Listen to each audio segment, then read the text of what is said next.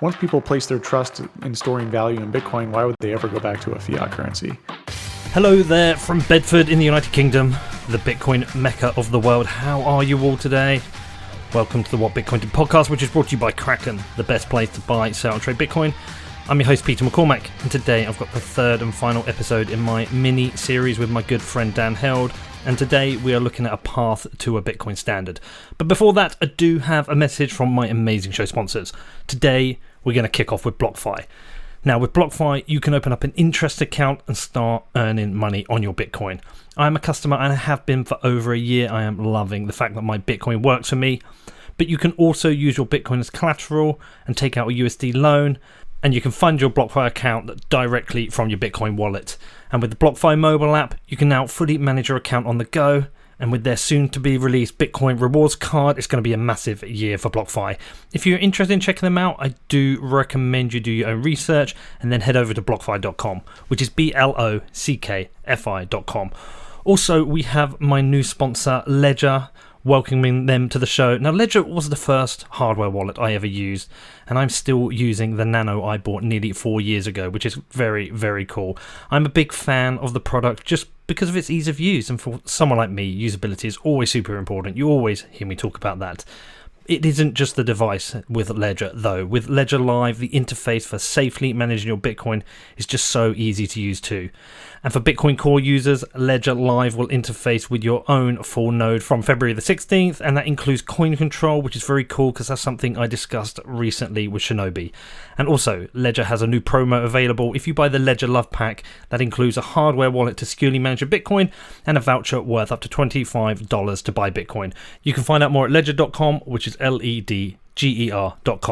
And also, Kraken, the best place for buying and selling Bitcoin, the only place that I use right now for buying and selling Bitcoin.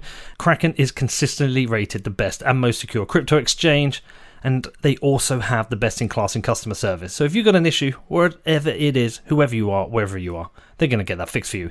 And if you want to start trading Bitcoin, they have every tool you could possibly need. So whatever your level of experience at Kraken.com, it could not be easier to sign up and start trading Bitcoin. They also have a beautiful mobile first app, so you can buy Bitcoin on the go. And with their margin trading, futures and OTC desk, Kraken has every option covered for you. There is no better place to trade Bitcoin. You can find out more at Kraken.com or download the app. It's available for the iPhone and Android. Just search Kraken Pro, which is Kraken Pro. Okay, so to wrap up this Dan Held mini-series, which has been really cool to do, I've really enjoyed it. So firstly, big shout out to Dan, appreciate your time, mate. But we are going to be talking about a path to a Bitcoin standard. Now, hyper-Bitcoinization is something I heard about quite early on when getting into Bitcoin, and I was like, really? You sure? You think this can happen? I've talked a lot about it over the years I've been making the podcast, but my opinion on it has changed, especially over the last 12 months. I used to think it was a bit of a kind of like a pipe dream, and I just couldn't see how we could ever transition to a fully Bitcoin society. But lots has changed, and rather than looking at it as a single huge event, instead I'm starting to see the kind of small steps that we're making towards it. Like I say I'm halfway to being on my own Bitcoin standard anyway. There's a huge conviction with this amongst Bitcoiners, but then we have seen the corporations coming in and holding Bitcoin over fiat, which I think will only increase. And I don't think we're that far away from nation states to close in Bitcoin positions. And this end result of hyper-Bitcoinization just gets closer and closer. So this was a really interesting chat and something that I'll look forward to covering more in the future. And I hope you enjoyed. But if you've got any questions about this, you want to reach out to me, you know my email address. It's hello@whatbitcoindid.com. Outside of that, we've got a smashing show out in Defiance. The Wolves of Wall Street Bets, where we looked at all the shenanigans with Robinhood, the Wall Street Bet subreddit and GameStop. And also, if you haven't signed up, I've got a new newsletter service that's available at neveredit.com. That's a Monday to Friday daily email of macro, Bitcoin and tech. Have a great rest of your weekend, and I will see you all next week. Yo, Dan. How you doing, man? Doing well. Excited for today. Yeah, man. Part 3 of 3, though. Do you know what I was thinking today? We could have done like 5 parts, 10 parts, whatever, man. There's so many topics that we could have covered, and that's because your emails. It's a perpetual story. Yeah. Well, maybe in a couple of months we'll do another 3, but it's these emails you've been sending out, dude. Like I get one. Each one, I'm like, that could be a show. What was the one? There was one you sent out. Let me dig it out. There's one you sent out today or yesterday, and I was like, I want to cover that. I was thinking it was like the death Yeah, of altcoins or something. Yeah, it's the Great Filter event. So yeah, with each Yes. email, what's kind of cool is if you're a paid subscriber, you get to vote on the next topic. So I've got a couple different ideas I want to write about. This is my newsletter, The Held Report. I've got a couple different ideas, and you can subscribe to this at Substack. So Google Dan Held Substack. But on the so at the end, if you're a paid subscriber, you get a vote on it, which is really cool because then my audience tells me what they want to hear about. But yeah, the last one was on the Great Filter event. Like, will there be a moment when a lot of altcoins die? And I hypothesize, and the Great Filter event, by the way, comes from the Fermi paradox. Fermi paradox is we look across the sky, we see all these stars, all these galaxies. Why don't we see a bunch of Star Wars-esque, spaceships cruising around?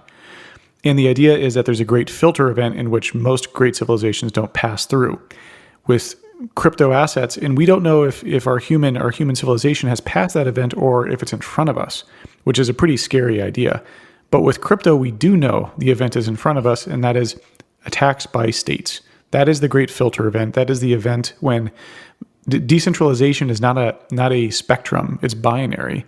If your protocol is doing anything of value, of storing tons of value, transacting tons of value, that threatens the sanctity of the state, that threatens the power of the state, and the state will eventually attack it. And so only state level resistance is the only meaningful decentralization, is my sort of belief. And that is the great filter event, is will your crypto survive state level attacks? And I think very few have those properties. Do you know what? In about a year, you're going to be able to collect all these up and put them in a book. It'll be Bitcoin Love Letters by Dan Held. Yeah, it's definitely a love letter. I think after 8 years of being in the space and talking about Bitcoin, I've probably taken the word Bitcoin and used it every possible way in a sentence. Well, dude, listen, we've done 2 shows. Great feedback, especially the first one, the Super Cycle. Amazing feedback on that. So I really appreciate you giving me time to do that. Today's a really important subject that I wanted to cover with you. Isn't directly on one of your letters. It actually was sparked by something that Nick Carter said to me when I did the interview with Francis Coppola. I'd have to go and dig it out, but he talked about the fact that, Bitcoin might only ever be a reserve asset, and we still might have sovereign currencies. And that's really triggered my mind, because a lot of times people talk about, a Bitcoin standard or hyper-Bitcoinization, and then people kind of hypothesize that Bitcoin will be the currency that we use. And I'm still not myself 100% convinced on that. But either way, I think a Bitcoin standard doesn't matter whether we're using Bitcoin as a currency or local currencies. It's whether Bitcoin is your reserve asset. And so this path to a Bitcoin standard, I think, is a really important topic. So I've got a bunch of questions for you, because I know what I'm thinking, but I want to see what Dan's thinking. Cool. Let's dive into hyper-Bitcoinization. Okay. I think before we start on that, just for me and for the audience, if you had to put a flag in the ground, where would you say we are in the Bitcoin story? Yeah, so Bitcoin's trajectory as a money, and by the way, there's no historical account of how gold became a money, right? This is 4,000 plus years old, and there's maybe a couple clay tablets with some information about it. But at that time, I don't think anyone was writing a waxing poetically as to how gold came into existence. So we're piecing this together with a tiny bit of historical context, but mainly current understanding of how money works is how we think through the adoption of Bitcoin. Murad, who hasn't been in the crypto space for a while now, he kind of faded away. Murad had a great chart showing the adoption of a new asset, of a new money, which is it goes through several stages of growth, right? How you are, you're a baby, then you're a young child, and then you're a young adult. Bitcoin is a similar cycle, and it starts with being a collectible, being something that people just collect for fun or novelty, which then eventually turns into a store of value. And we are in that stage now where Bitcoin is being widely accepted as a store of value. This stage is necessary before we go into the medium of exchange unit of account final eras, which is what most people think of money as, because their government money is primarily used as a medium of exchange unit of account. That final era, you have to hold it in order to want to transact with it. So it's necessary that you believe in it enough to store value in it before it turns into this common daily payment method. So that's where the medium of exchange folks were very early with their concept, which was damaging to Bitcoin, damaging to the narrative. That's why we had that civil war. They didn't understand that stage comes much later. It is not that it'll never happen. It comes much later. Now, Bitcoin's success metric of being a successful new reserve asset, it does not need to ever enter the medium of exchange unit of account eras. That would just be its completion of a full maturation of becoming a world reserve currency, a world asset that's used by everyone. It very much will achieve that, even if it doesn't achieve, it'll still achieve very, very high level of success, even if it just stays in the store of value era. A great example of this is gold. I live in San Francisco, the quintessential gold rush city of the world, the former gold rush city. You could argue that tech is the new gold rush, and so it never stopped being a gold rush city. But with that, gold is not, I'm not able anywhere in this city to spend my gold on something. And there's no merchants that have priced their items in gold. But gold is still worth $10 trillion.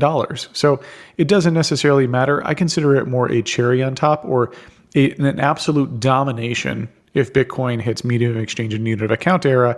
Because if it hits that, then it's totally destroyed any government money. And that means Bitcoin has like wildly exceeded all of our expectations, where literally no one trusts government fiat anymore, and it's all just Bitcoin. I think that's like the perfect outcome of all of this experiment, this Bitcoin inception and creation and adoption. Is the ultimate, success metric is totally replacing fiat. It'll still be very successful if it's just a world reserve currency like gold, or like a world reserve asset like gold, and it's only used in that function.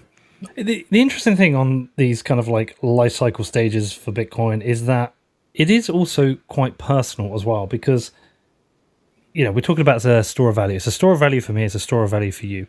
Actually, on certain occasions, there's a medium of exchange for me because it solves problems that I have with using the fiat rails, right? So occasionally I'm using it as a medium of exchange.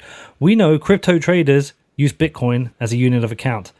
And quite interestingly, there are a lot of Bitcoiners who use Bitcoin as a unit of account because they're trying to measure the value of something and how it depreciates. So I've started to notice some people do it. I can't, because I can't reprice in Bitcoin. Because like I look at it, I go, oh shit, what? I'm trying to like do the math in my head. But I appreciate that idea of starting to use Bitcoin as your unit of account, especially with the way the price moves.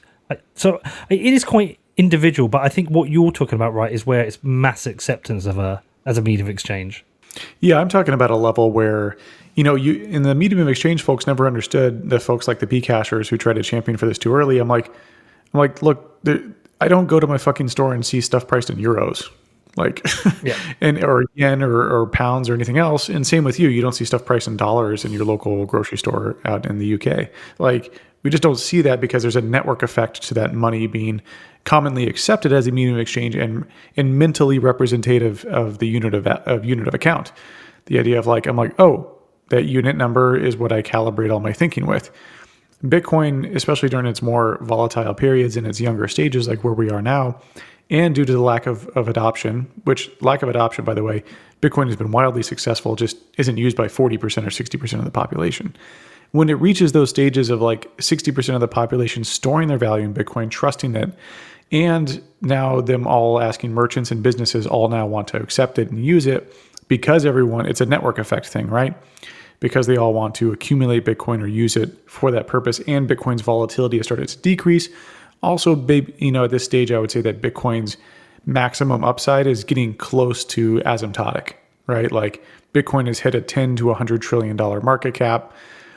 There might be some room for growth, but we all have to remember that while Bitcoin is exciting and new and fun and a wild growth period and a huge, people would consider very speculative, if Bitcoin succeeds as this Gold 2.0, it'll be known as something very boring. Like when we're old, our kids are going to be like, Dad, Mom, I don't give a shit about Bitcoin. It's like, it's boring. It's like the most boring investment I can hold. It, only appreciates 2% a year or something. That's going to be Bitcoin when we're old. It is this Gold 2.0. It is it's the least risky asset you could hold, which means that other investments, again, this is decades away from now. If Bitcoin succeeds wildly, other assets would be perceived as a much higher risk return profile. And that's where, I think people, at those sort of stages, it very much switches into that unit of account, medium of exchange, I would say epic very quickly. It's funny you should say that. Our mutual friend Jeremy Welch once said to me, like, he likes Bitcoin to be boring. He's happy when Bitcoin's being boring. And I agree with that. Okay, so That's fair. Actually, just on a point on that, do you ever worry we will get to the point like Bitcoin? You've talked about to me before about these like Satoshi built in this feedback loop, this kind of like marketing hype loop, and it's a number go up thing, right? We're getting it again now. We will likely get it for the next cycle. But do you ever worry we might get to the point where, because you aren't going to get those, 10, 20x cycles, it might be like 2% over 4 years or something, that at that point the shine comes off it and there's a risk of people scaling out of Bitcoin and saying, this is done. The speculators are like, do you worry about that? I don't think so, because the utility of Bitcoin is its hard to seize nature and immutable properties. That's the inherent properties it has, and it incentivizes early participants in the network or early hodlers by that price appreciation. But that doesn't, even if price appreciation doesn't occur, you still have those underlying properties of Bitcoin, which I think are very, very valuable. And as we've seen institutional folks mention, they perceive that as like why they hold Bitcoin. They're like, yeah, the upside's great, but like Michael Saylor and others are like, I'm just trying to get my money out of fiat. Like we see these $18 trillion of negatively yielding sovereign debt. I mean, that's insane. Like, so these sort of numbers, like Bitcoin is a lifeboat. You're hopping into a lifeboat, and yeah, it's like, oh well, maybe the lifeboat I get in, like maybe if I get in early, I get a better seat. You're still in the lifeboat. You're still in the lifeboat. You're still utilizing Bitcoin's core properties. So, yeah, that's a good question. With like, will people continue to buy Bitcoin as its potential price appreciation decreases? And I think, yes, it has an underlying utility of hard to seize and immutable. All right, before we get into the specifics of what a Bitcoin standard means, again, just in terms of like the life cycle, I just want to cover a couple of bits and say, okay, where do we think we are specifically? So, for example, on the technical side of Bitcoin, in the development of the protocol, where do you think we are with that? Do you think we're in quite advanced position? We're quite early? I have mixed feelings, but yourself? I'd say on the technical side, we're very late stages on layer one. I think there's a big movement for ossification. Ossification mean more like things turning concrete and static on the base layer, and all innovation happening above that. For the base financial system layer, you need that core stable, unchanging or very slow changing network. You don't want to be swapping out the engines on a rocket ship mid-launch. You want everything to be locked in, ready to go. And with Bitcoin, I see the rate of change probably slowing over time. And eventually, I think like most people would like eventually to become either static or, we look at very, very long-term threats, like multi-decade threats, like maybe, quantum computing is not a threat to Bitcoin. We could see it decades out and we could modify the protocol to be quantum resistant.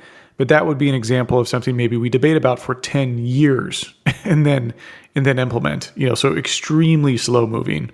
So maybe like the change maybe the protocol never reaches ossification state, but it reaches like glacial, like very slow moving. I think this is great too, because then it reduces the amount of like attack vectors. You could always try to like insert a new piece of code, even though it goes through massive amounts of review. It's all transparent. There is still a tiny, tiny possibility that some flaw could be introduced versus like Bitcoin has worked super well so far. So there will be changes will need to be made over time. I would expect that rate of change to decrease. Okay, right. Next thing is with regards to decentralization, because that's obviously one of the most important foundational properties of Bitcoin, and decentralization is across multiple different factors. I actually spoke today to the guy who runs F2 Pool because of the FUD this week about them dumping coins and shorting the market, which is absolute bullshit. But I was also, while I was on the phone to him, I was like, just tell me a little bit about like the state of decentralization in mining, because you still got the people coming in and saying, oh, it's all in China, blah, blah, blah. He said, we've never been in a better position.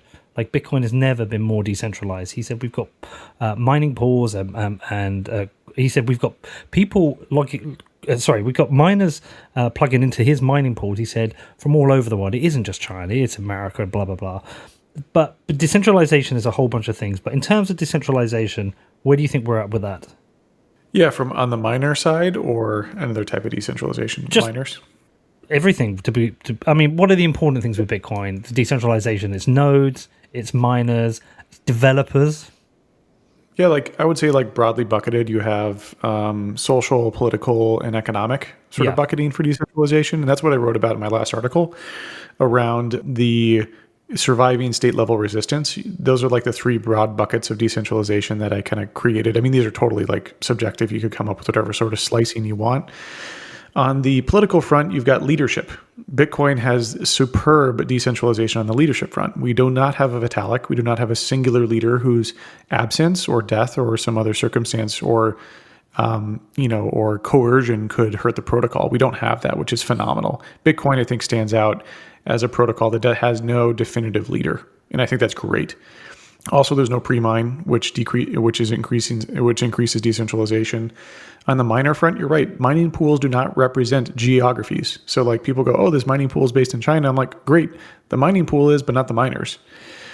So when it comes to geographical location of the miners, it's hard to know where they are, but we know that increasingly North America and Europe are spinning up more and more mining efforts. There's a couple different ways to remove mining pools from the ecosystem to where there's like decentralized mining pools. So I think Stratum is something that's been worked on there. I have not dug in too deeply on this. I know the Slush folks are really big about it. So I think like that's cool. I don't think mining pools are that big of a deal in terms of centralization risk, but having those be removed is an increasing degree of decentralization. Also, like running nodes, I think the Bitcoin community has been very, very vocal about how they want nodes to, in terms of efficiency of on-chain data, has enabled nodes to be cheap and accessible almost anywhere in the world. I think that's awesome. Personally, I'm a huge fan of like running, like using the Blockstream satellite connection. I'm also a huge fan of ideas of using like ham radio to transmit blocks or to transmit transactions. I mean, that's some like nuclear grade shit. That's pretty cool. Cypherpunk. There's actually a whole level I'd like to take to this. Maybe in the next bull run here, I could advocate for it in terms of like me getting a couple companies to do it. ICBM facilities across the United States had a very, very unique communication method. If World War III is happening and there are nuclear bombs being detonated all across the world, all satellite communication, all landline communication ceases to be really functional. So they created something called like a very stable, low frequency communication methodology that uses the Earth's core, where you can propagate data through the Earth's core. And it has a device about the size of my desk here. It's this metal sphere. And most stations were receive only, but the sending stations weren't that big. So we could build these stations probably for under like $10 million to propagate Bitcoin blocks through the Earth's core, which would survive even a nuclear apocalypse. So that's the level I'd love to get Bitcoin to, is like that sort of level where we have like so many different layers of communicating Bitcoin blocks, where it's not just on the internet, it's on these other layers that can be really, really resilient. So Bitcoin works that way because the block size is so small. We can do stuff like that. Low throughput, low data storage requirements. It's pretty amazing, especially as Moore's Law, when it comes to data like throughput, or like Moore's Law is more around processor speed, but like if you apply that to data throughput and hard drive space, it'll be cheaper and cheaper to run a Bitcoin node in the future. So it'll increasingly become cheap. I think that's really cool for decentralization. You also have like the economic component. So over time, the block reward, which is used to incentivize miners to order transactions properly, the block reward over time, the newly minted Bitcoins plus the transaction fees are what compensate the miners in the block reward. Over time, the newly minted coins drop, as we all know, through the halving cycles, and transaction fees are expected to compensate or to replace the subsidy over time. This is occurring both in Bitcoin and Ethereum, but no other cryptocurrency. So we can use this as an objective metric to look at like, will these survive state level attacks when, like, because these other protocols don't have real usage. Like people aren't paying transaction fees to move value on these chains. And Bitcoin and Ethereum are the only two that have accrued enough value in terms of like the price, transactors are relatively price inelastic. So I think those all point to like Bitcoin being an incredible, like Bitcoin's long-term trajectory is looking for good for decentralization on both, like I mentioned, the political and the economic layers, and the technological, and some of the technology I guess could be lumped under some of the social aspect. And then you have like the hodlers. You need a intolerant minority to protect the values and the monetary policy behind Bitcoin, and also be the buyer of last resort during these Bitcoin bear markets. We had March 12th, 2020, Bitcoin dipped to 3,800. It didn't go to zero because we all bought it. Yeah. If you didn't have this hardcore resilient group of hodlers, the price would go to zero. So the amount of content in this space that reinforces this Bitcoin belief has never been better.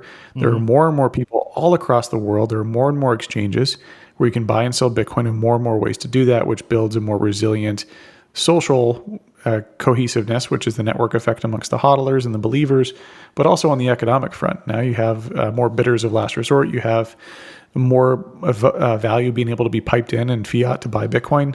So Bitcoin, I think, has never been in a better spot in terms of decentralization across a wide variety of different metrics. And then I think these all point very positively towards the future. Nice. Okay, the last thing I want to talk about in this, and then we get into it, is where do you think we are at the stages of acceptance? And there's a few levels to this. There's like regulatory, which I don't see as a threat. I just see it as more of something that can just kind of get in the way. It's just like an annoyance, right? It's like something that's just interfering. I don't see any situation, certainly in Europe or North America, where we see any bans. I just see like it's an annoyance. Then acceptance within retail, which and then acceptance with institutions. Actually, let's throw in nation states on top of that. There's like regulatory, retail, institution, and nation states. And by the way, I'm in my personal level, it's like I'm seeing stuff starting to flip now, and the institutional is obviously flipping, but that might bring more retail back in. But anyway, where do you see we are on all these four factors? I'll start with the last and work back to the first. Right. So on the institutional side, we have seen a resounding narrative across all institutions across the world.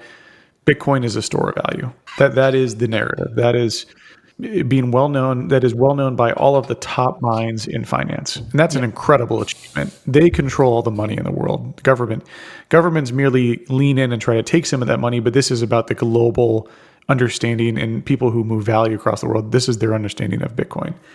A phenomenal achievement. I mean, we were considered lunatics a couple of years ago, and now for all of them to be like, oh yeah, Bitcoin's totally like a gold 2.0, this is huge. On the retail side, they're just now coming into the market. They weren't here in the early part of this cycle. It was mainly institutional driven. Now we're seeing retail start to pile in. I think this is obvious with Dogecoin. I know, right? Very, oh God, dude. Very, yeah, I know. It's a lot of. Thanks, Elon. He's a jokester, man. He likes to joke around, but unfortunately that means a lot of people's money too. Yeah. So, yeah, and I mean, it's just crazy to see these Dogecoin metrics across the board for like exchanges as well. I mean, Kraken ranks #1 for the keyword buy Dogecoin. So, there's a lot of interest. But retail eventually, they want to find a Schelling point for this pent up frustration that they have with the existing system. We saw this with our Wall Street bets with the huge, trying to squeeze the short sellers of AMC and other companies. This feeling won't go away. This feeling has been simmering since the 2008 financial crisis, and it will probably reach a boiling point here in the next year or two. Bitcoin is perfectly positioned to be the Schelling point, the rallying cry behind this revolution. And it's a very easy revolution to participate in. You just buy Bitcoin and hodl it. You don't have to paint a flag and run around on the street. You don't have to do voluntary work. You just buy Bitcoin and that's your vote. That's your vote against the system. And so on the retail level, I think that eventually they'll land on that narrative. I think like they'll eventually find that they'll stop trying to speculate on random shit coins and they'll go, Bitcoin is the revolution here.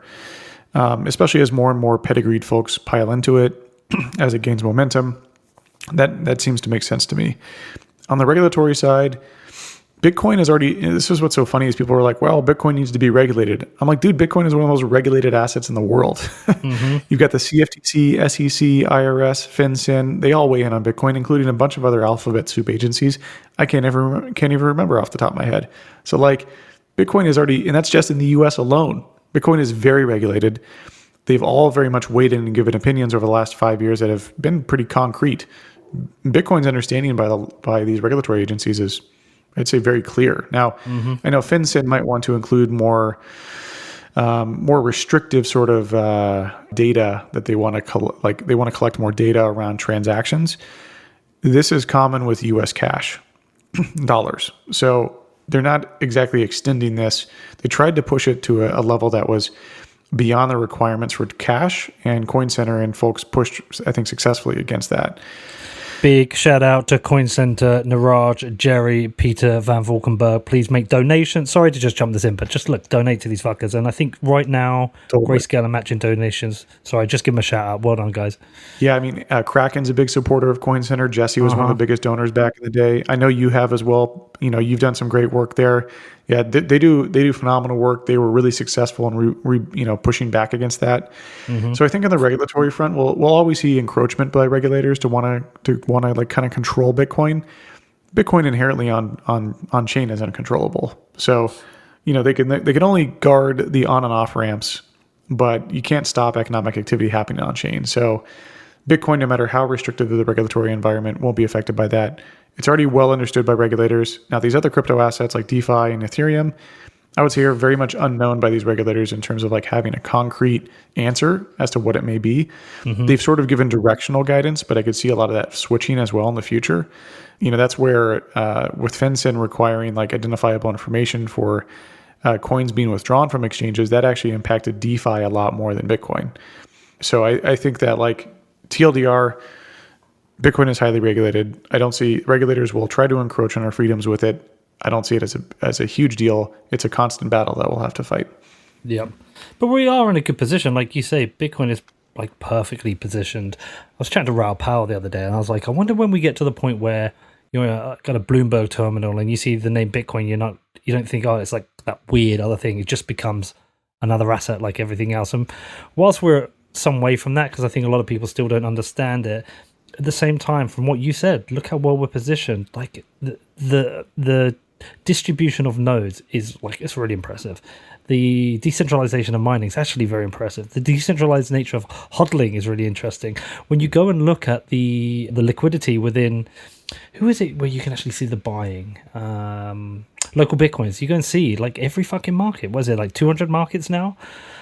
It's pretty impressive where we are. Like, you know, when people talk about, you know, if Bitcoin makes it or blah, blah, in some ways it already has made it. It's established now. It's part of the consciousness. It's part of the financial systems. Obviously, we hope it continues to grow. But like, it's kind of mind-blowing when I mean, it's probably more so for you because you were here a lot earlier than me during the times where you're like, this could collapse, this could fail. Yeah, I mean, people don't understand, like, Bitcoin was worth $10 at the time because people only thought it was worth $10. The whole world thought it was that price. If the world had felt differently about the valuation of Bitcoin, then the price would have been different. That was what the world thought was the appropriate risk reward for holding Bitcoin. It's worth $10. And a lot of people go, oh, I would have bought as much as I could back then. I'm like, you definitely wouldn't have.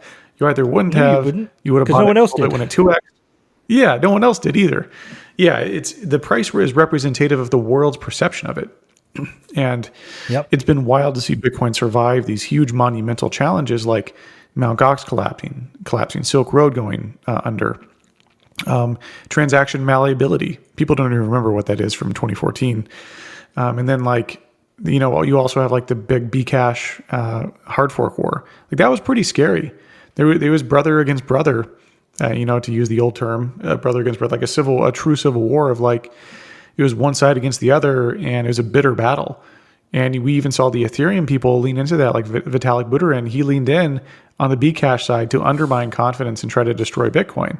Like, that's why he said, congratulations on this seriously. You know, like, everyone was fighting to try to kill Bitcoin in that moment, and it survived. And after going through that, I think we're in such an incredible spot right now. And that's what I mean, when we covered this in our first episode, the Bitcoin super cycle, it's part of the narrative, right? Like, we don't have competing narratives. There's no Bcash competing narrative. There's no ETH and ICO competing narrative. It's basically just Bitcoin. Yeah, sure, there's a small DeFi narrative, but that it doesn't, I would say it's very minor and it's too technical to really be understood by a mainstream audience. Like, we didn't, when these DeFi protocols like all raised their hands last couple of weeks and they go, come over to DeFi, CeFi isn't working for you. How many of them saw a bump up in users from all the people fleeing Robinhood? Almost none. Right? Like, that was their rallying cry. That was their moment. And yeah, sure, there was a surge in volume just in trading in general, but so that happened across like centralized crypto exchanges. I don't think we saw like a huge delta, like a huge change in DeFi usage because people were fleeing these, oppressive centralized services. So Bitcoin's narrative, right now, and especially with COVID in the background, is just so clear and so easy to see. And dude, it's like at $38,000 quite happily. I mean, I don't think it's ever going under $10,000 ever again. There's a good chance it doesn't go under $20,000. Yeah, I don't think we go under 20,000 ever again. I mean, that's pretty clear to me. 30,000 seemed to be the floor that we held, and 20,000 seems impossibly low. I mean, again, it's interesting to see these mental cycles occur, right? Where like once we go past a certain price, now everyone's expectations is like, I will buy it if it goes below here, and those create the floors. It's fascinating to see this play out. Yeah, it is. Well, I mean, for someone like me who did their first full cycle, I was like, will it ever come back? I mean, this bear market's been so long. Maybe it won't. Maybe I should sell my Bitcoin, go and buy a farm, forget about this shit. Yeah, here we are. And I'm like, keep going, but when you feel like selling, that's the time to hodl. Like that, going through these bear markets, the 2015 one was particularly brutal. There's great content that you were putting out during the bottom of this bear to rally the troops. Same with me. I'm putting out social content to rally people where I'm like, hey, y'all, I've been here before. We're going to get through it. Dan held. Dan held. He's been here before. I even tweeted back 2015 when Bitcoin hit $200. I tweeted like hodl at the bottom of that. I've always believed in Bitcoin, and that's all you have to do is at that peak moment of despair is the moment when you need to hodl the hardest. And then you recover through these cycles. True, but it still must feel very different now than the other ones. You must be like, holy shit, this is... Well, look, we can wax lyrical about that for ages. I want to talk to you about Bitcoin Standard.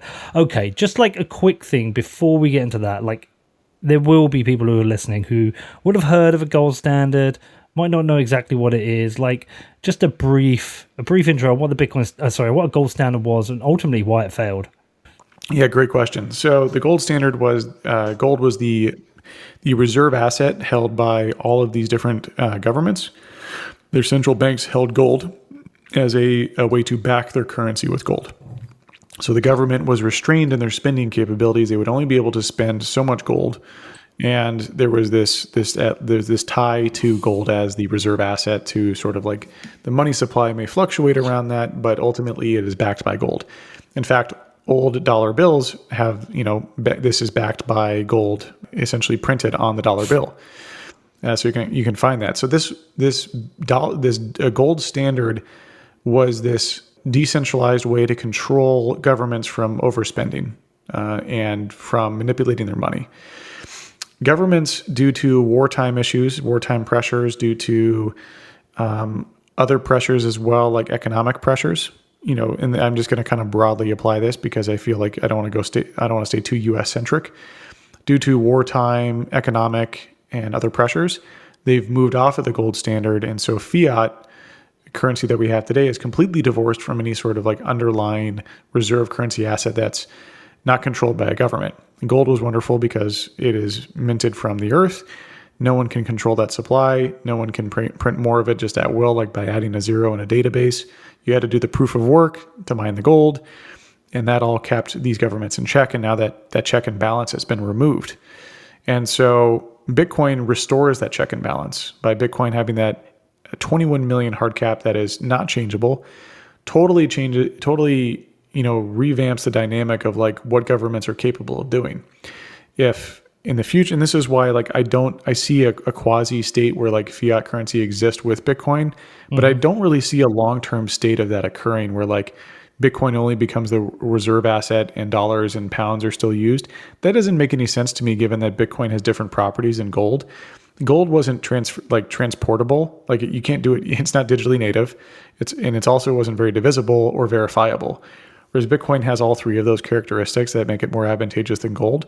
Also, the knowable supply is pretty phenomenal for calibration of unit of account. Whereas gold, I'm like, no one actually knows how much gold there is. No one. Yeah, we can estimate it, but we don't know. So Bitcoin as a medium of exchange unit of account, potential currency in the future has that capability very much baked in. That's where I see it totally owning the narrative of like being the money, because once people place their trust in storing value in Bitcoin, why would they ever go back to a fiat currency? Even if the government's forced them to, people also forget governments are comprised of people. the people that work in the government are people that are holding Bitcoin, and the people that they govern are holding Bitcoin. And eventually the government will change their tune if all the people don't want to use that currency anymore. Next up, I talked to Dan more about a path to a Bitcoin standard, but before that, I have a message from my amazing show sponsors. First up, we're going to talk about Exodus Wallet. The month is over. I was telling you that I needed a desktop wallet for managing my Bitcoin because I am increasingly managing my business using Bitcoin. I pay people in Bitcoin. I get paid in Bitcoin. So I need a way of administering this. I use my Casa for my deep cold storage, but I have a little bit of day-to-day play with Bitcoin, which I use for managing my balances. And this month was the first month I had a play with the Exodus wallet. Gotta say, I love it. It's really simple. Like, I could try and give you a whole bunch of reasons. It's just the UX. They've absolutely nailed the UX. It's so easy to use. So if you want to check out Exodus Wallet, just Google Exodus, head over to exodus.io, or search the Apple or Google App Stores for Exodus. Next up, we've got Casa, the very, very best in Bitcoin security. Seriously, if you are making gains in Bitcoin right now in this bull market and you are not fully protecting your Bitcoin, you need to get your shit together. And I would recommend checking out Casa. I can't believe I've been with them for 8 months now. I have no idea where that 8 months has gone. But for me, it's just so much peace of mind. I'm protected from my own idiotic mistakes, which I'm more than capable of doing. In-person attacks, device failure, and so many other things. So I'm very happy to be a Casa customer, but definitely go and check them out. They do have a product for every Bitcoiner. They have Casa Gold. Well, that's going to give you triple the security of a hardware wallet, and that's only $10 a month.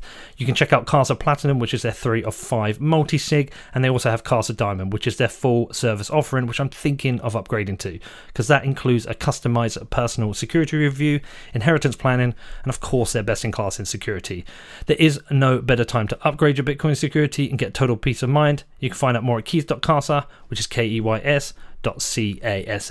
And lastly today, but not least, we're going to talk about my friends over in Estonia, sportsbet.io. The very best place for online gaming. Why though? Why, Pete? Why are they the best? It's because they accept Bitcoin, of course. But also, look, I love these guys. I went out to Estonia, spent some time with them. They told me how much they love Bitcoin, what they want to do to promote Bitcoin, and they nailed it this year. They put a Bitcoin logo on the front of a Premier League football shirt. So if you're watching Southampton at the moment, you will see a Bitcoin logo on their shirt. They're also the betting partner of Arsenal, so you will also see Bitcoin logos all around the Arsenal stadium. Now with Sportsbet, you have every market you could possibly be interested in. They've got football, tennis, American sports, motorsports, they've even got esports. And for new customers, they always have a range of promotions available. If you want to find out more, head over to sportsbet.io/promotions, which is sportsbet.io/promotion. So the interesting thing on a Bitcoin standard is, right, when I say what I'm going to say now, you might go, well, derpy, you should have known that straight away. But it just hadn't really crossed my mind. But like, I realized this year, I'm living on a Bitcoin standard, right? I realized I'd made that transition. But it hadn't really crossed my mind.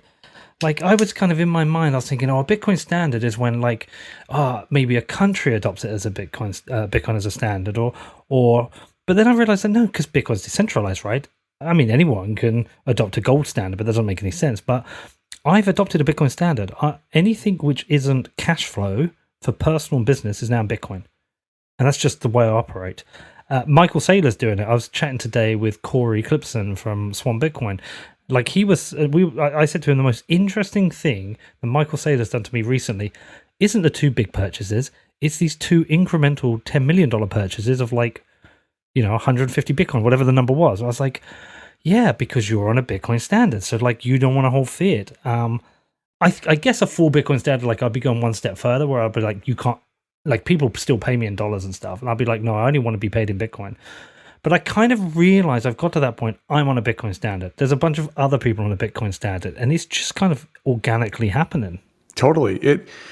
It's a multi-decade thing. People, like, there's not going to be a flip of a switch and everyone goes to the Bitcoin standard. These are humans after all. The Bitcoin network is code that organizes humans together, but it can't change human behavior in a second.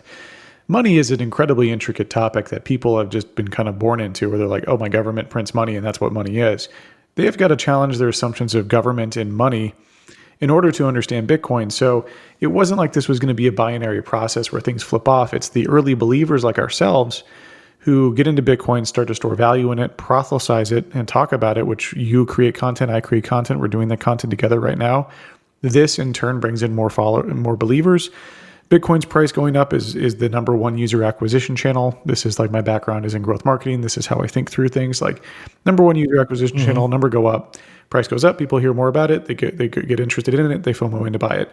And then they find our content and their hodler mindset gets even harder and more resolved and with more resolve. So this takes decades and actually generations. Like this will be a thing where the boomers die out over time. And it doesn't really matter that we convert that cohort into Bitcoin because they are passing on their wealth through the younger generations. And the younger generations are generating all this wealth to where like it's only the younger cohorts that truly matter. It's great if the boomers get in, but I think Steve Jobs actually had a quote around this when someone was complaining about keyboards back in the 90s. Like in the 80s or 90s, someone was complaining about Apple keyboards, and Steve was like, well, the people that don't like it are going to die out. And he was right.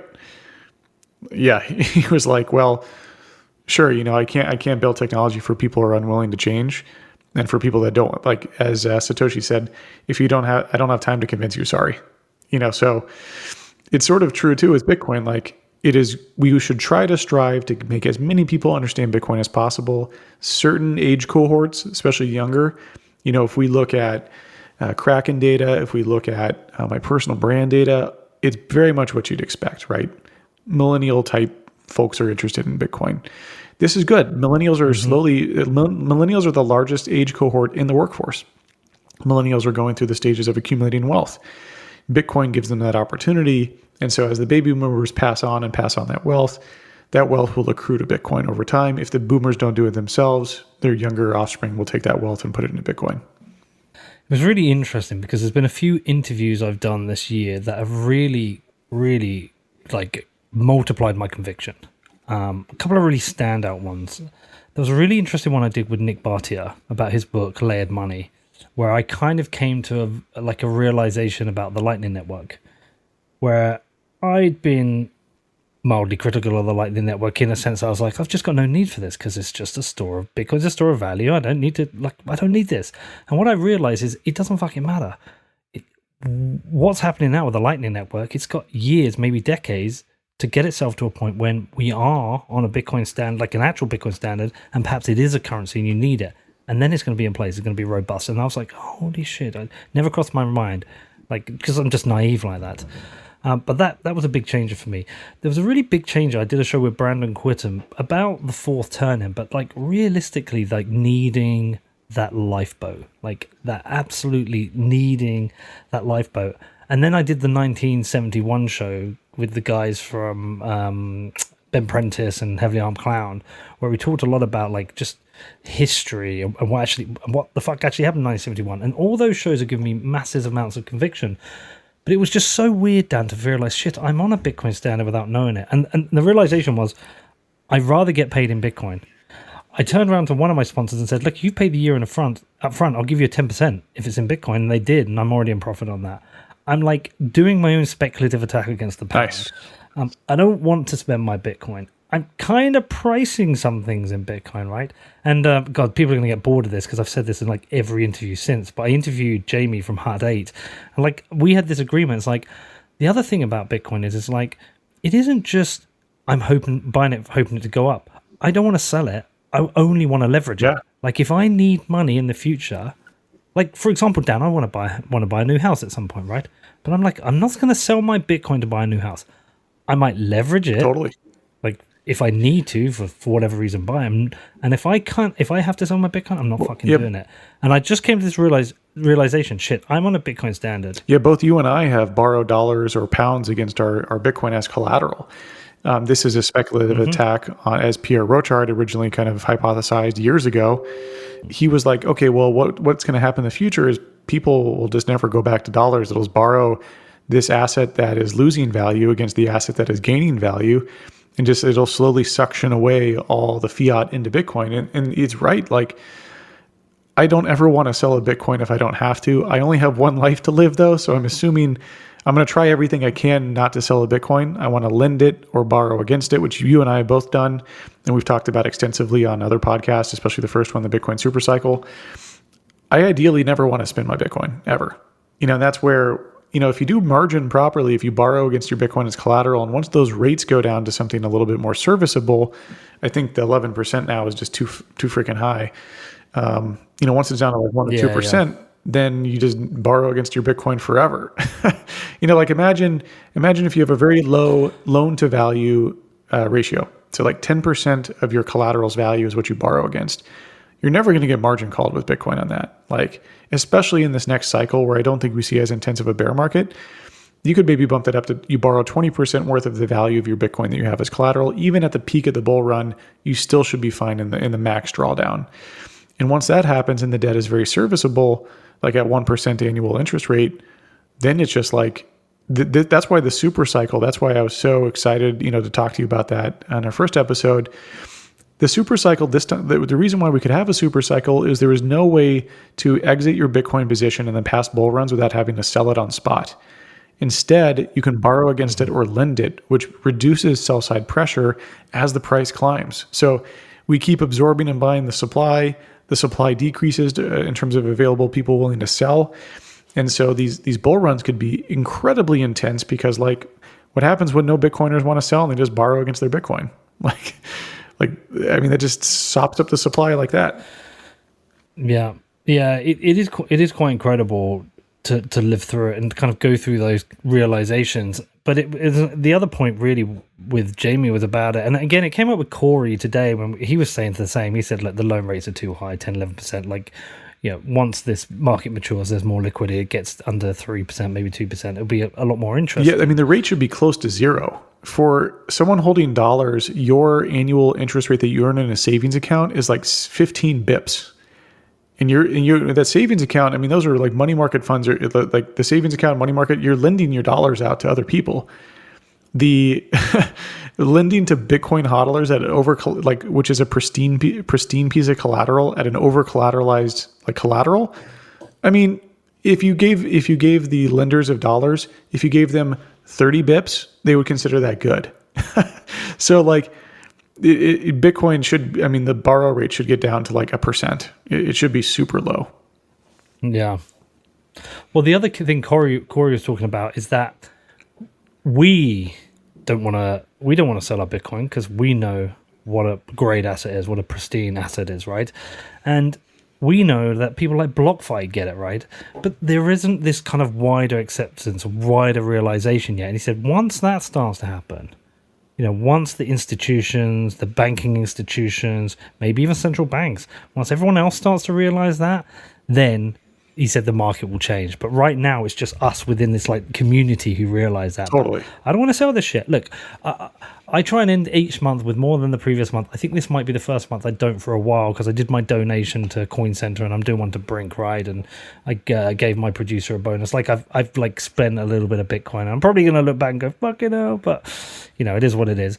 But generally speaking, I don't want to. I'm on that kind of Bitcoin standard. The next step for me, Dan, and I've been trying to figure out if I can do this because I can't get a bank account for my business, right?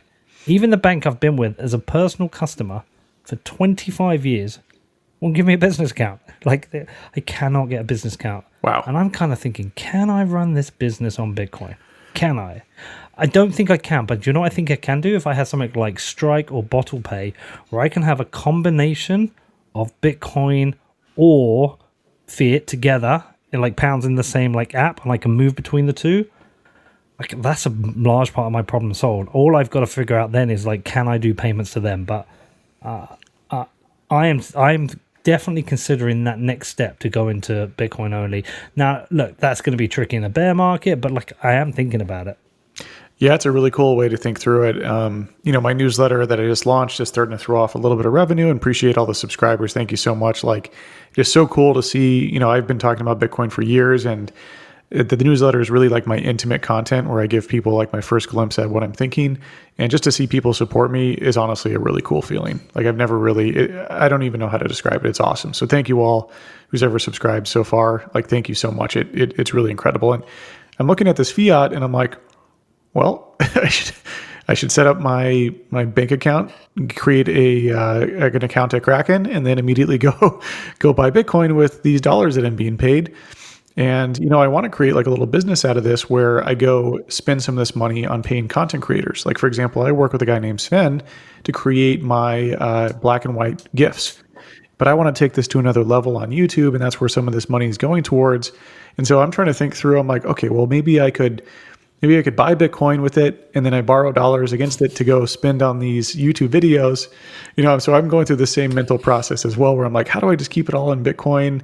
Like, I've got this dirty fiat, need to convert it to Bitcoin, but I don't want to miss out on the Bitcoin bull run, so maybe I can borrow against it to go build all this cool content that I want to go make. I'm going down the same rabbit hole. Well, listen, I've got 2 more questions, and then we're going to wrap up. So, what do you think are the main hurdles for us to achieving like a broad Bitcoin standard? Like, there is a Bitcoin standard now because there are people operating it. You, to some extent, me, to some extent, some companies. I mean, someone like BitMEX is operating the Bitcoin standard because they operate with Bitcoin, right? They don't. That's their unit of account. They run their business. I know I've interviewed at least 2 people who basically live on Bitcoin and travel the world, and they only transfer a bit to Dirty Fiat when they need to, and they get paid in Bitcoin. But like a broad kind of, you know what I mean by that, a broad acceptance, a broad Bitcoin standard, almost to the point where like you might even have an island or a country somewhere where it is the currency. Like, what do you think are the main hurdles to getting us there? Yeah, I mean, adoption. Adoption is the number one hurdle. More people buying it, more people hodling it, more people believing in it. That's what it takes for Bitcoin to be adopted. Like, the more and more people get into it, it's a network effect thing, so that is the number one thing. And the barriers to that are education. I think like there was a huge lack of education before, where like people are like, go read the white paper. I'm like, no, don't go read the fucking white paper. It's like super technical and jargony. Like, it's like the abstract is the first couple of paragraphs are okay. Yeah, it's like really technical, and people are like, oh, first thing you should go do is read the white paper. I'm like, no, what are you talking about? Like 90% of people are going to be like, this is way over my head. I don't get it. I'm confused, and now I'm not going to look into it. I send them to Vijay Boyapati's The Bullish Case for Bitcoin. That is my number one place I send people to go. I'm like, this is the place where you start. What's funny though is I'm actually starting to dig into this a little bit more, and I haven't put any effort towards this. But I think a course on how to learn about Bitcoin, A to Z, simple, is the way forward here. Because right now, what I do is I send them to Vijay Boyapati's article. I'm with you, man. I send them to a YouTube video. And I've got like 3 podcasts, which is like a What Bitcoin Did podcast and a few others. And so that's my go-to, like, here's your starter pack for how to learn about Bitcoin. But it should be just like a course where it's like... It's not enough. Yeah, totally. And so I see a really big gap in the market, and I'd like to spend some more time like building something like that too, which I think would be really cool. Well, I'm with you because I know what you're thinking. You're like, I send you to that, but like, how do they even navigate that? Like, VJ's article is great, but like, there's a lot. Do you know? I was referring to my interview with Corey earlier. We were talking about Clubhouse, and I was also chatting to Brecky about this recently because I was in this room with him the other day, and I was like, this is a real wake up to how people who know nothing about Bitcoin think, or who know a tiny little bit. Totally. Like, sometimes we forget this, right? Sometimes we forget that it's really not surprising why some people get dragged into shitcoins, because how are you meant to know the difference between Bitcoin, Litecoin, Ethereum day one? Just how are you meant to know if you're not an Austrian economist or a libertarian, if you're just like some normal dude? So that's a big challenge. But it's a real eye-opener to some of the questions, because, when they first get involved, it's like, well, basically it's a Gold 2.0, and you buy on an exchange, and then you have to manage your security, and you use these things called addresses, but you need to back up your seed. Like, there's a lot of fucking shit. There's a lot. Yeah. Right? And that was a real eye-opener to me. And so what you're saying, Dan, is like, now what people need is their handheld. Lesson 1, this. Lesson 2, that. There's a massive demand for that. Totally. And I think of it as kind of a Black-Scholes model of different pathways to learn about Bitcoin. It's like, do you remember the books, the Choose Your Own Adventure book? Remember when you were younger, did you ever read one of those books where you could choose your own path in the book? Yeah, I remember, yeah. And you get, and it would say like, go to page 68. Yes. Yeah. Do you open the door or not open the door? Go to page 12 or go to page 68. And that's what I think we need. That's the ultimate shit. So I'm a growth marketer. So like, I think about these things where, we optimize Kraken's landing pages to optimize for conversion. As someone visits Kraken.com, we want to echo why Kraken's valuable to them, which increases the amount of folks who sign up. The same thing applies to Bitcoin. So it's pretty fun because I love to think through these problems that we're solving at Kraken and solve these problems for Bitcoin as well. Where what if we could build this journey where we go and we test this with data too? This is what I'd ultimately love to do. This would be the ultimate conversion kit for Bitcoin. Is we go test out. It's like, I feel more socialist, or I feel more libertarian. And then it's like, cool, click this button. And then we go down to convert you as a socialist or convert you as a libertarian. We could even do it by age. We could do it by what channel you're coming from, like Twitter, Facebook, like there's different demographic data there. It could be super advanced. And so that's like my dream, is like coming up with something like that, where it's like the ultimate conversion kit for Bitcoin. Ultimate conversion kit. Yeah. So that's my dream. I'm so busy at Kraken and just putting out regular content that I'm not sure if I'll ever be able to do that. But if I had no job, that's probably what I'd go build. Joe, I talked to Meltem about this once, about this idea, and that like you could do something like that, but they have like levels of the education. But like as they complete levels, you give them some sats.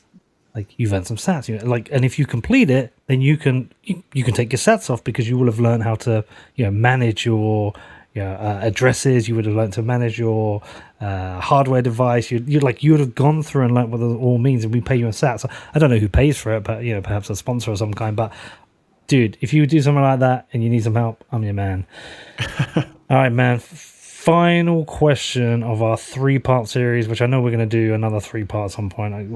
This is absolutely gold dust. So firstly, I appreciate all your time with this, Dan, and I know the audience does. But like, what are the implications of a Bitcoin standard? Like, are there any unintended consequences, unavoidable consequences? For example, what's the implication on government and governance? Like, do we risk going through a period of...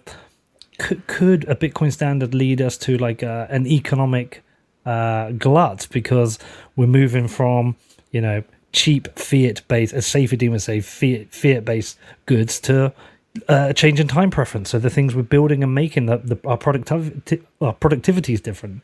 Hopefully you understand the question.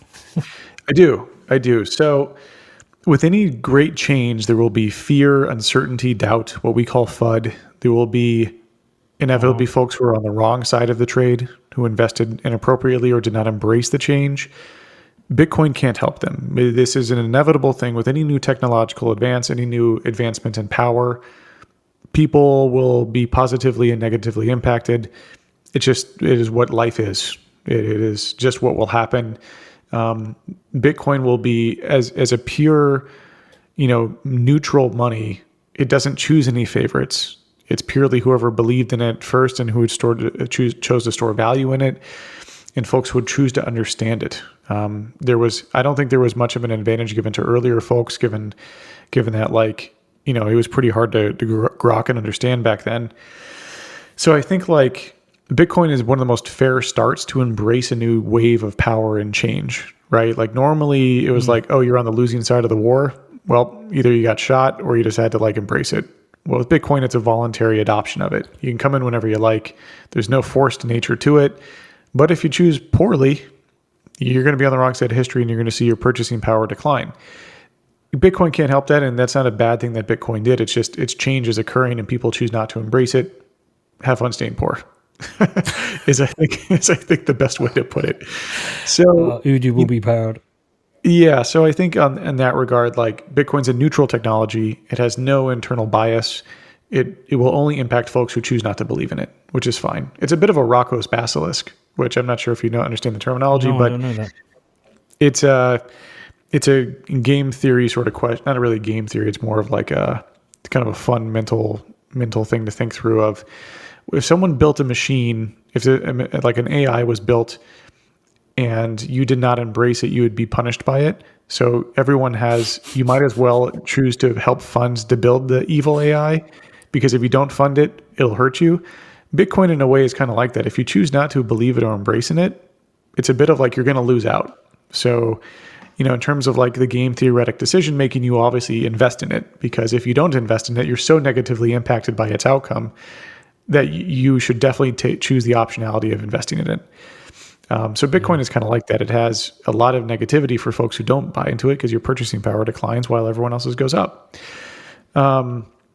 I think from a government level, like there's going to be a lot of criticism. People will choose to say that Bitcoin created this nasty economic environment, but in reality, it was the government. Bitcoin merely highlights and exposes the flaws of poor central banking policy and poor government policy. People will look at these wealthier Bitcoiners and point to them and go, this is unfair, this isn't cool, and I expect bailouts from my government. And because they're used to getting bailed out, they're used to getting, they're financially dependent on the government. And so, in the last gasps and grasps from the existing financial system will be to try to say, Bitcoin is unfair. Look at all these people suffering. We want to remedy the situation. When in reality, it's like, no, I just saw the future before you did and chose to invest in it and risk my money, and I'm being rewarded for it. So we'll see a lot of people, cry out and say Bitcoin is not fair, especially as this starts to switch over. And then people will, during crisis, they'll turn to their government again to print money, and no one will trust the government anymore. The money won't be worth anything. So people will point to Bitcoin as creating suffering, right? Like, oh, Bitcoin allows this is allowing suffering to happen because we can't print more of it. That doesn't make any sense. I mean, Bitcoin is a neutral technology. It merely is just an algorithm, right? Like, this is just a piece of math. There's no such thing as suffering or not suffering. It's just you choose to embrace it or not. And so people their mindset has been molded by fiat, and they're going to expect fiat outcomes. And Bitcoin is just, it's this cold piece of code that is like, I don't care how you feel. And so they're going to feel that's going to be an adjustment, and certainly they'll blame Bitcoin for their own mistakes. I mean, Bitcoin did not cause these mistakes. These mistakes were caused by the people and their government, but people will choose to try to blame Bitcoin for their own mistakes. Cold piece of hard reality, man. Well, listen, Dan, love you, brother. Thank you for doing this. 3 cracking shows. Like I say, we could have done 20 of them, dude. All right, listen, look. Tell people where to sign up to your email. I'm going to put it in the show notes. I signed up. Dan didn't give me a free copy. I paid because it's fucking awesome and you should all do it. But Dan, tell them where to find it, dude. Yeah, well, I got to pay Peter back with the beer. That was the arrangement that we made. I'll pay him back with the beer to be a loyal subscriber. But it's Dan Held Substack. So danheld.substack.com or just Google search Dan Held Substack. It's a weekly newsletter that comes out for paid subscribers. It comes out once a month for free subscribers. It's basically my weekly thoughts on Bitcoin, distilling down topics like Bitcoin versus Ethereum, which will be an upcoming topic, which a lot of people have been asking about. I've got one on like, can governments kill Bitcoin? The recent like Wall Street bets, like the rise of that and the rise of that rebellious nature, how that impacts Bitcoin. So it's kind of like it's a direct brain feed from me to your inbox. And I have a lot of fun writing it. On Twitter, I have to write content that will trend based on Twitter's algorithm. Like, do I always want to tweet a one-liner tweet that's pumpy? Not really, but that's what Twitter likes and that's what my audience likes. But in this, I'm able to just write whatever I feel. I don't even have an editor, so it's just me sitting down and writing. So it's really fun for me. It's actually my most fun writing I've ever done. My older, longer form articles, they were so intense that it took I had like Nick Carter would review them and a dozen other Bitcoiners, and this is just much more pure. So it's a lot of fun. If you just want my frank thoughts on Bitcoin, it's a great place to get them. And appreciate everyone who's already subscribed. Again, really can't say enough about like how good that makes me feel. It's just a really cool experience to be this plugged in. So yeah, Pete, thanks for having me. This has been a blast. And thanks to everyone else. Well, dude, you have an open invite to my podcast. You know that. Keep doing what you're doing. I am a smarter, better human for knowing you. I appreciate everything you do. And fuck, man, I hope I can get over soon and see you. But like, is what it is. Peace out. Love you. Take care, dude. Cheers, bro. All right. What do you think of that? You enjoy that? Did you check out the other 2 shows I did with Dan? So the first one we did was the Bitcoin Super Cycle. The second one we did was why Silicon Valley doesn't understand Bitcoin. And obviously we completed today. Honestly, though, reality. Me and Dan could have probably done a 10-episode series. You should go and check out his newsletter. I'm signed up to it. I signed up the other day. I paid for it. Dan would have given it to me for free, but I always think you should pay and support your fellow content creators. His emails are brilliant. I don't know how often they come. Maybe it's more than once a week. I can't really remember. But every email I get is like another piece of like the Bitcoin story, which he teaches you. It's really cool. Links to that are in the show notes, so please do go and check that out. If you've got any questions, you can reach out to me. My email address is hello@whatbitcoindid.com. If you want to support the show, if you love the show, You've been listening to it for a long time. If you've never left me a review, please do head over to Apple Podcasts. It takes about 2 minutes. Leave me a review. It's really, really helpful. Outside of that, if you want to go head over to Defiance at defiance.news, we've got a new show on there. It's called The Wolves of Wall Street Bets. It's all about what happened with Wall Street Bets, Robinhood, and GameStop. Got some great guests on that. We've got Jamie, the founder of Wall Street Bets, Matt Kaiser, Nathaniel Whittemore, Preston Pish, and Bill Barheit.